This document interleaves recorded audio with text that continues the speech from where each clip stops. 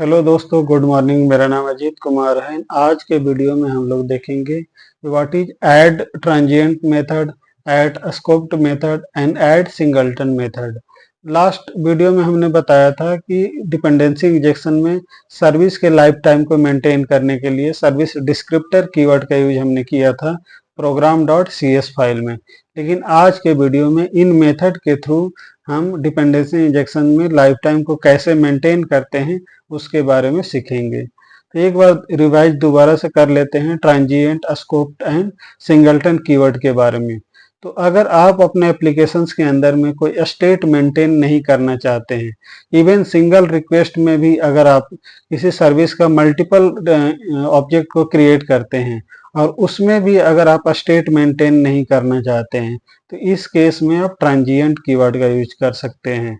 अगर आप चाहते हैं कि किसी इंडिविजुअल रिक्वेस्ट के अंदर में अगर हम सर्विस के मल्टीपल ऑब्जेक्ट भी क्रिएट करें और उसमें भी हमारा स्टेट मेंटेन रहे, तो इस केस में आप स्कोप्ड कीवर्ड का यूज कर सकते हैं।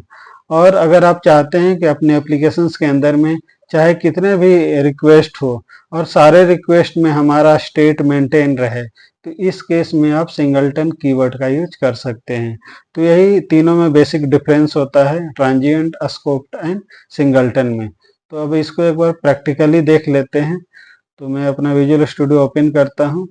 इस एग्जांपल को एक्सप्लेन करने के लिए एक हमने सर्विस बनाया था सिटीज करके, ये आप देख सकते हैं सर्विस था। इसके अलावा एक हमने कॉन्ट्रैक्ट बनाया था, कॉन्ट्रैक्ट का भी डिफिनीशन देख लेते हैं। कॉन्ट्रैक्ट बनाया था, इस कॉन्ट्रैक्ट के मेथड को हमने सर्विस के अंदर में इम्प्लीमेंट किया था।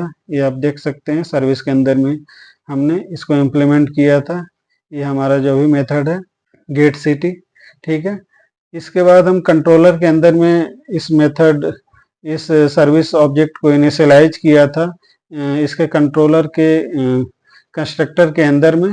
और इसके एक्शन मेथड में हमने क्या किया था, इसके जो एक प्रॉपर्टी हमने लिया था गेट इंस्टेंस आईडी करके, तो उस गेट इंस्टेंस आईडी के थ्रू हमने दिखाने की कोशिश की थी कि किस, यानी कि ट्रांजिएंट में क्या हमारा इंस्टेंस आईडी बनता है, स्कोप्ड में क्या इंस्टेंस आईडी बनता है, सिंगलटन में क्या इंस्टेंस आईडी बनता है। तो एक बार मैं दोबारा से एप्लीकेशंस को रन करके देख लेते हैं। तो आप प्रोग्राम डॉट सी एस के अंदर में आते हैं और यहाँ पे देख सकते हैं कि सबसे पहले हम ट्रांजिएंट के केस में देख लेते हैं।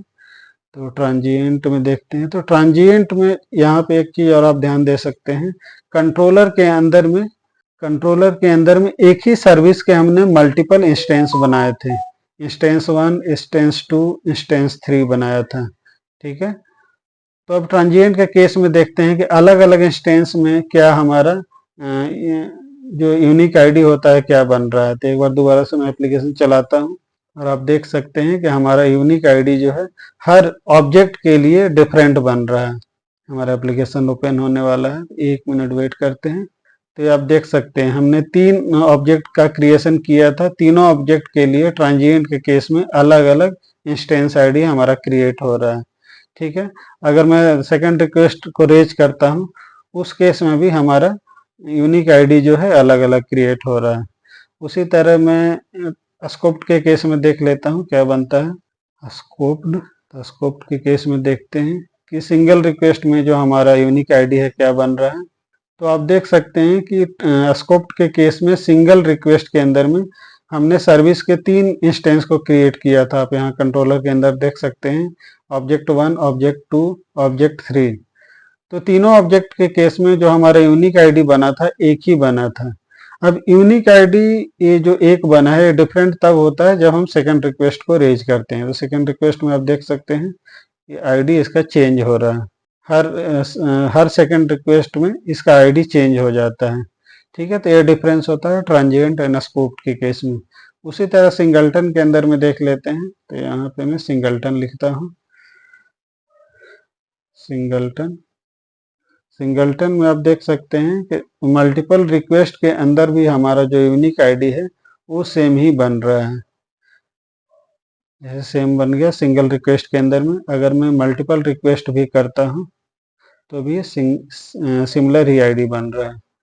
तो बेसिक डिफरेंस यही होता है स्कोप्ड, ट्रांजिएंट एंड सिंगलटन के केस में।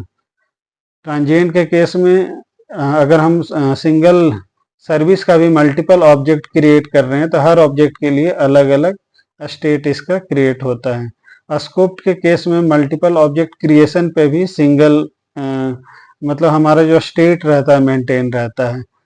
एंड सिंगलटन के केस में मल्टीपल रिक्वेस्ट के केस में भी हमारा स्टेट मेंटेन रहता है। ठीक है, तो इसके लिए हमने सर्विस डिस्क्रिप्टर कीवर्ड का यूज किया था। आज हम transient method, scoped method and singleton method का यूज करके देखेंगे। तो इस लाइन ऑफ कोड को मैं कमेंट कर देता हूँ और दोबारा से मैं कोड लिखता हूँ। तो हमारा कोड होगा builder dot services dot add transient. ठीक है,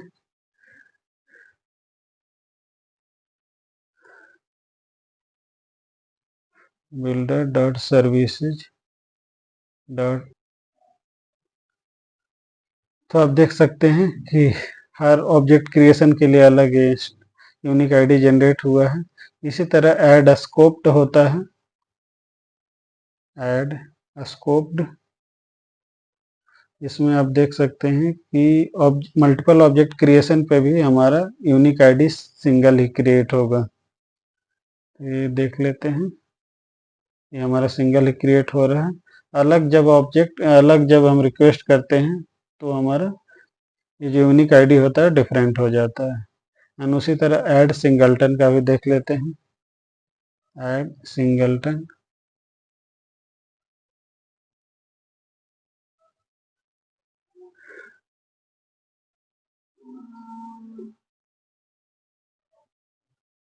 तो इसमें मल्टीपल ऑब्जेक्ट के case, multiple instance, multiple request के केस में भी हमारा